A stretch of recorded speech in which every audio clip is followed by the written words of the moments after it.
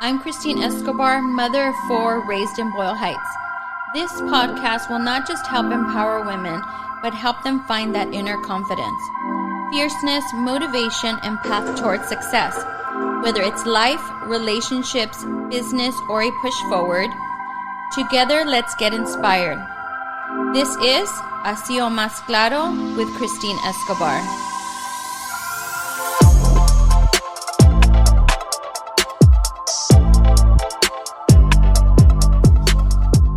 Hey guys, this is Christine from the city of Pasadena, coming with you with another podcast. This is my second one. I took a little bit longer, just took a break and was on vacation, really enjoying that, but it was time to get back on track. Today, I want to talk to you guys about why I created Gracefully Fierce. If some of you that are tuning in for the first time don't know what that is, it is a women's empowerment group that I created last year in August is when I launched my first workshop. And this is actually something I've been wanting to do for a very long time. It's just one of those things I jotted down on paper. I always wanted to help women some way, somehow. It was a dream of mine to do it. So in August, my husband had like some type of event and he's like, hey, when are you going to start it? It's time for you to start. So him pushing me really helped me to take action. And here we are already in almost March 2021, and I will be hosting my third event. So I'm really, really ecstatic about that. Yeah. I love my audience that loves to clap. I love it. Anyway, so today So today I wanted to talk to you guys a little, just history about me and why I'm so passionate to empower women and wanting, or needing something like this, when I needed it the most. I grew up in Boyle Heights, as you know from my history. There wasn't a lot of women empowerment groups, but, we had our local youth center. I went to a Catholic high school, and that's where I felt safe. Like it was, the same girls for the 4 years, same teachers. It was like a safe haven for me. So that's the only empowerment that I got. But, I did become a young mom at 18, and unfortunately, I may get a little emotional, but that's okay. That's the beauty of it, right? At that moment in my life, I had amazing friends, friends that I thought would be my friends for life based on how close we were in such a small school setting. But unfortunately, being so young and coming from a Catholic school, I was not only, looked at differently, but ridiculed. Gosh, I haven't talked about this in a long time. Some of my, best friends or some in particular, their moms did not want them to hang out with me anymore, right? Because here I am now, I'm going to have a child. But, things are always a blessing. There's, blessings in the struggle, as I'd like to say. I did have those friends that would show up to visit me, bring me things, talk to me about things they were doing, like concerts and stuff that I couldn't go to. But I remember one special friend, and I love her for that. She would come to my house on her bike. She would, tell me, fill out your application. You're still going to go to school. Like, let's do this. I'll go with you. Because I had my son, so I graduated high school June of 1992. And then I was supposed to start college that fall. And of course, he was born in November. So I kind of had to hold off on that. And, I was a little depressed, based on so many, emotions going through my head, all of these expectations, right, that were upon me. Like, okay, you're a good student, you're a good kid. Like now your life is ruined. In other words, I wanted to go to law school.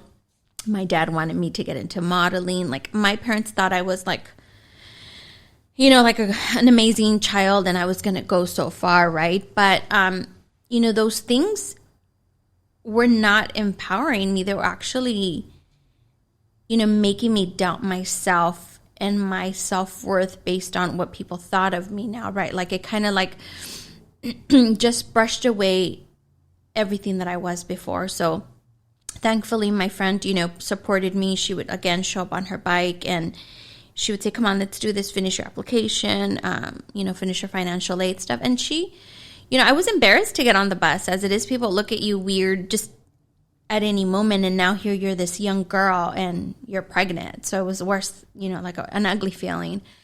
But, she took me and I ended up going to Cal State LA. I submitted my paperwork. I kept going to school. Despite of it all and having such a young little child, my child was only 1 month old. My son Eddie, who is like my life, I honestly feel he was that one thing in my life that made me who I am today. Not only because, from one day to the next, I had to grow up, but I also had to be brave, and I've said it before, you're not born brave. Someone doesn't teach you to be brave. It's a decision to be brave. And I thought, like, oh my God, I'm about to have my child. What am I going to do? And, I heard it all, but something inside me told me, like, your life is going to be beautiful, regardless if you're young or not. So I continued going to school. Fast forward, here I am, I think my third year of college, and I have my second daughter, Ashley. And at that point, my relationship was going, it was taking its toll, right? So, we were two totally different pages. I had grown up as a mom. You just have to grow up when you have kids. You can't just stay where you were. So we were going different directions, but at that point, I still wanted to do law. So I was working at a law firm, and I realized, okay, this is my life, and where am I going? What am I going to do for my kids? How can I, not only break a cycle, but I didn't want to be, what society perceived me to be, right? Their perception of me as it is being a young, unmarried mother, like, it was so detrimental, right? So I decided, okay, well, moving forward, I'm just going to keep working. I can't keep going to school. It was a little too hard with two kids. So I continued to work. I was in corporate America, and my son, I think he was first grade, or they were doing some type of project, and we were driving, and he said, Mom, you're like a teenager, right? And I just started laughing. I was like, no, I'm a young adult. And he's like, well, why don't you go to college? Why don't you have a PH1? That's what he called it. I guess they talked to them about PhD, or I don't know where he heard it. And I just started crying, and I thought, well, why don't I go? Like, yes, it's hard with two kids, but at the same time, I need to be their example.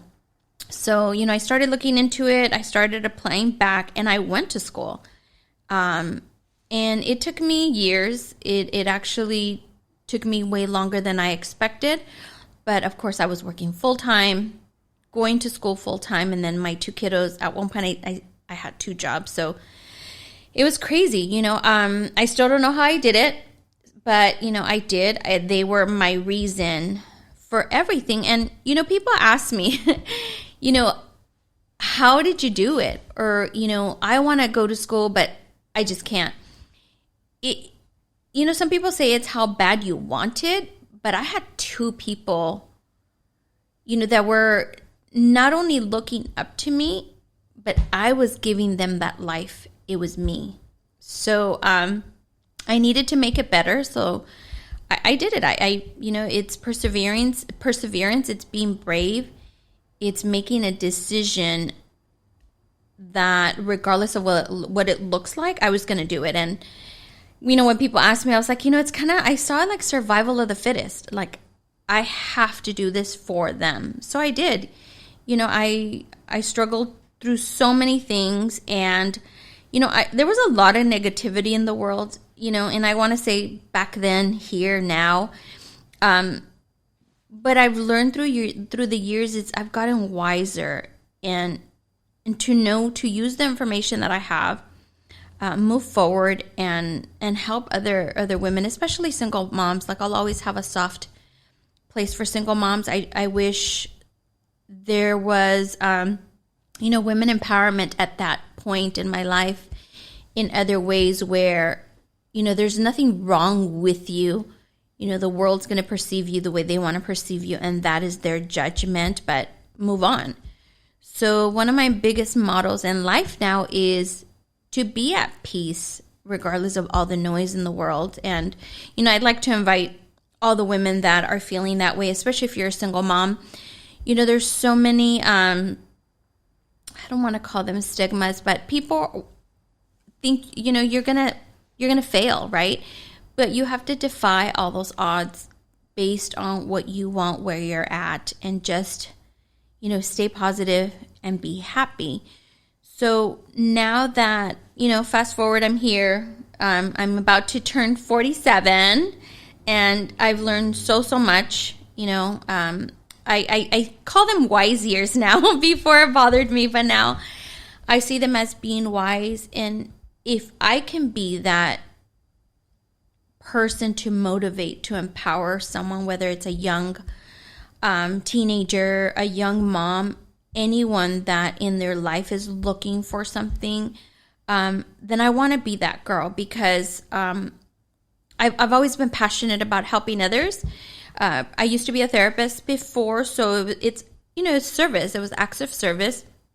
I was really scared moving on into my, I don't want to call it a career, but my new position in entrepreneurship with my husband, because I didn't think I could be of service, but I actually am, and I see the beauty in it and the different individuals and lives that we're changing, not just about the workshops that we're doing, but, leading by example. I think true leadership is really being genuine and by who you are. It's not a title. It's just your way of being. So that is my position now, is I want to be that person to empower, to inspire, the next, young Latina entrepreneurs, or just anyone that is searching for that outlet to tell them, yes, you can, si puedes, use your voice, defy all the odds. You've got this. And it's hard if you're not around, I don't want to say the right people, but if you are around people that have closed mindsets and are just very inclined to how they grew up, right? Because we've all grown up a certain way, but doesn't mean you have to be stuck. And I say stuck is, there's generational, trauma that is passed on. There's generational just beliefs in general that if you veer off of that, like, you're made wrong, right? Or no, esta quien se cree, she thinks she's better than us, or what does that mean? I think we're in a time where you got to do you. It's like the thing, do you, right? It's important to just be happy. I think we were used to making others happy, and it shouldn't be that way. It shouldn't be that way at all. So I'd invite you to start being mindful of who you are and who you're spending your time with. I think that's huge, very, very huge.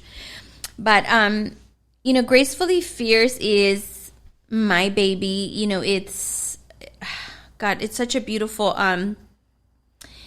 event, workshop, if you will. The first one was one day. It was, I think, only 4 hours, only 16 attendees. We were late. It was chaos. But in the midst of the chaos, it was beautiful, meaning I had a vision, and, I put it into practice. And of course, with the help of my team, it was amazing. And the first person that was my speaker was my child. She actually spoke at that event, and I had a guest do a video, like a recorded video. But, I think and I look back and I'm like, oh my God, I never thought, like I envisioned it a certain way, of course, but I didn't think I'd be here now, doing a podcast and now doing my third one. But the first one was about supporting your spouse in business, because when I transitioned to entrepreneurship, it was just chaotic and craziness. I didn't have anyone to say, you know what, Christine, this is what you're going to go through. What you're going through is fine. And, I'd cry all the time. So based on what I've learned, I'm now 4 years in, I wanted to share that. And I wanted to let other women know that what they were going through is perfectly normal. They're not the first and last person to feel a certain way. And just what worked for me. I think, excuse me, when something works for you, why not share the knowledge? Like, just share it with someone else. I think that's the beauty of being an amazing and kind human, is sharing what you know, what worked for you. You don't know who you're going to impact or what life you're going to change. I think that's so, so powerful for you to do that, is be kind, impact someone like now. So moving forward, I wanted to also talk about my third one is Gracefully Fierce, March 20th and 21st. It'll be a 2-day event, and it's the reason why I did a 2-day event this time. It's because I wanted it to be like the full woman, that you can do it all, that you can be a mom, you can be a wife, you can, be a philanthropist, you can be an entrepreneur all at the same time, be healthy and just be a powerful person without it affecting anything else. It's just the balance. I call it the circle of being that amazing Wonder Woman. So that's what this Gracefully Fierce will entail. We have amazing speakers. It's going to be extremely awesome. But we're going to do a little twist onto today's podcast. We're definitely going to have some questions that Emily is going to ask me. Emily is my executive assistant. She's my technician. She's everything. But we thought, of course, you guys want to know certain things, right? So we thought, she's going to ask me certain questions just to give you guys a little more history about me, the podcast, and just in general, why I decided to do this podcast. So I'd like to introduce you guys to Emily. Let's say hi, Emily. Awesome. Hi, everyone. Hi, Emily. Thank you. Thank you for being here. And I'm honored that you want to ask me these questions, so I'm excited. Are you ready? I was born ready. Let's do this. Okay. What quote best describes you? The quote, God, there's several, but I would say "She makes broken look beautiful" is a huge one for me. Oh my gosh. I knew you were going to make me cry. I think that would be the best one out of all of them, because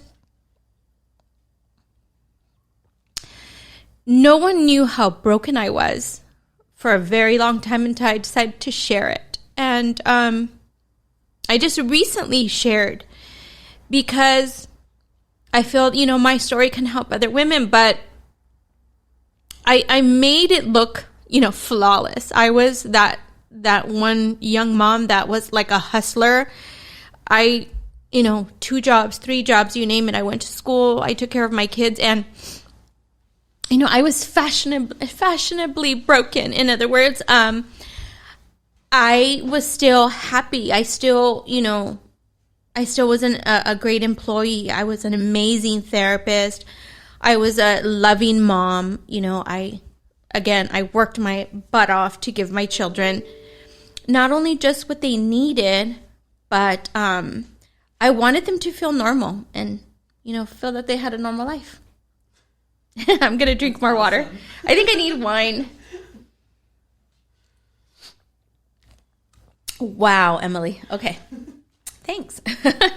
Okay, second question. How has your life been different than you imagined? It's been different as in, for some reason, I always thought I was going to end up struggling based, of course, on my, on me being a single mom. You know, I was a single mom for 15 years. I thought, okay, is this it? Like, am I just always going to have to work my butt off?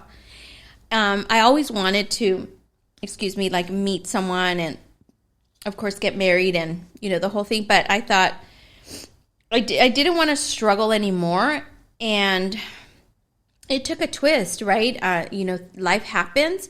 And I think you're the only person that can make yourself happy. You're the only person that can change what you're doing to not struggle.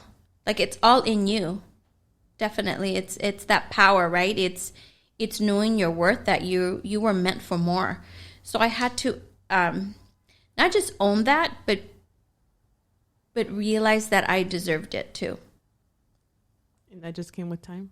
Yes, definitely with time. I mean, it's taken a long time, but I love it. I think it came when it was supposed to, you know, and I think struggles make you stronger, and there's always beauty in it. So I have to look at it as there were blessings to get to where I'm at now. Awesome. So what makes you feel inspired? Like that shift in your mind? I think what makes me feel inspired is, again, you know, like feeling at one point broken, not thinking I deserved better.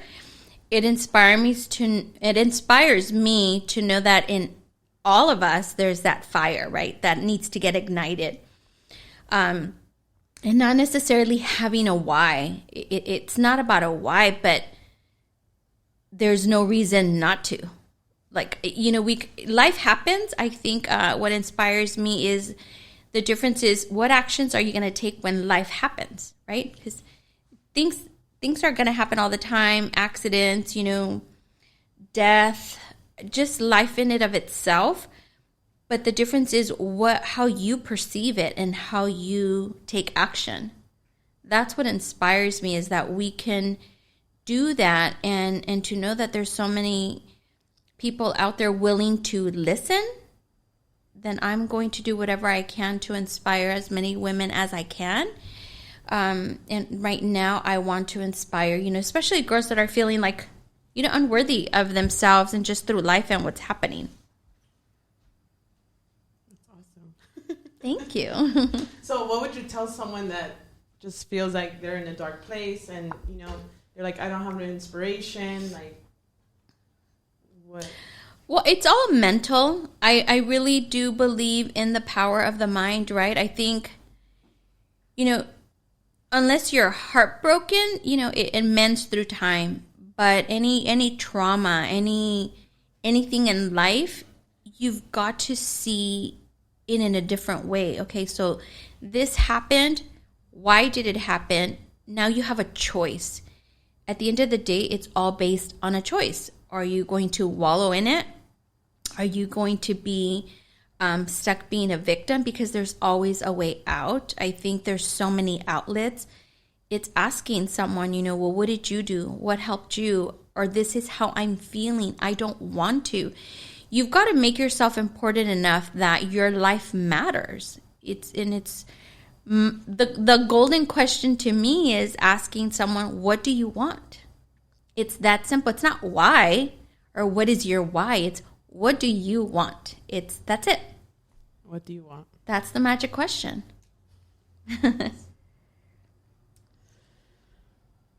What is your biggest failure and what did you learn from it? My biggest failure. Wow. I mean, I guess I've had a lot of failures. I've learned from all of them, but if there's like one that, the one failure I would say is not knowing my worth a long time ago. I wish I would have realized it a long time ago, maybe in my late 20s, early 30s. my life would be totally different right now. It's knowing that someone can't give you your worth. It's you've got to own it. You've got to know that you're worthy. So would that transcribe as like your regrets or? Yeah, I mean, I regret that I didn't value myself. I definitely regret that. I don't regret going through struggles and obstacles and, just things that I went through because, again, they've made me who I am today. But not making myself important enough. That would be the one. Your last question. How would you like to be remembered? Oh my goodness. Wow, nobody's ever asked me that. It's really serious. Yeah, I love this question. I know. That's why I left it. No. ¿Qué voy a decir? I want to be remembered as someone who just, like, if you think of that one person in your life, like, who am I going to call? That's going to make me feel happy and is going to make me laugh. I'd want them to think of me. I know a lot of my friends tell me, or one person would tell me, like, Chris, you're one of my favorite people in the world. And I love that. I think I want to be remembered as that one person that made a difference no matter where I was, whether it was, here at the office, whether it was, at a family gathering, or in a leadership role or inspiring women. I want to know that I made a difference, or someone said, Christine taught me this, or because of Christine, or Christine said, that this worked for her. I want to be remembered as that person that was very selfless and was willing to give to others, always, because I'm very giving. So, did that answer your question? Yes.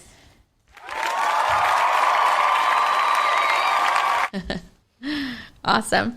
So I do want to, inspire women. I want to let you know that, things that you've gone through do not define you. They actually make you who you are. They are the things that give you power. They are the things that make you stand out. Don't ever use it as a negative. Use it as a positive.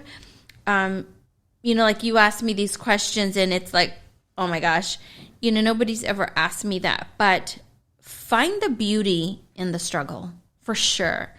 And don't be afraid to talk about it. A lot of people are so, oh my God, I can't believe you said that. And oh my God, I can't believe you shared it. Pues chingados, when am I going to talk about it?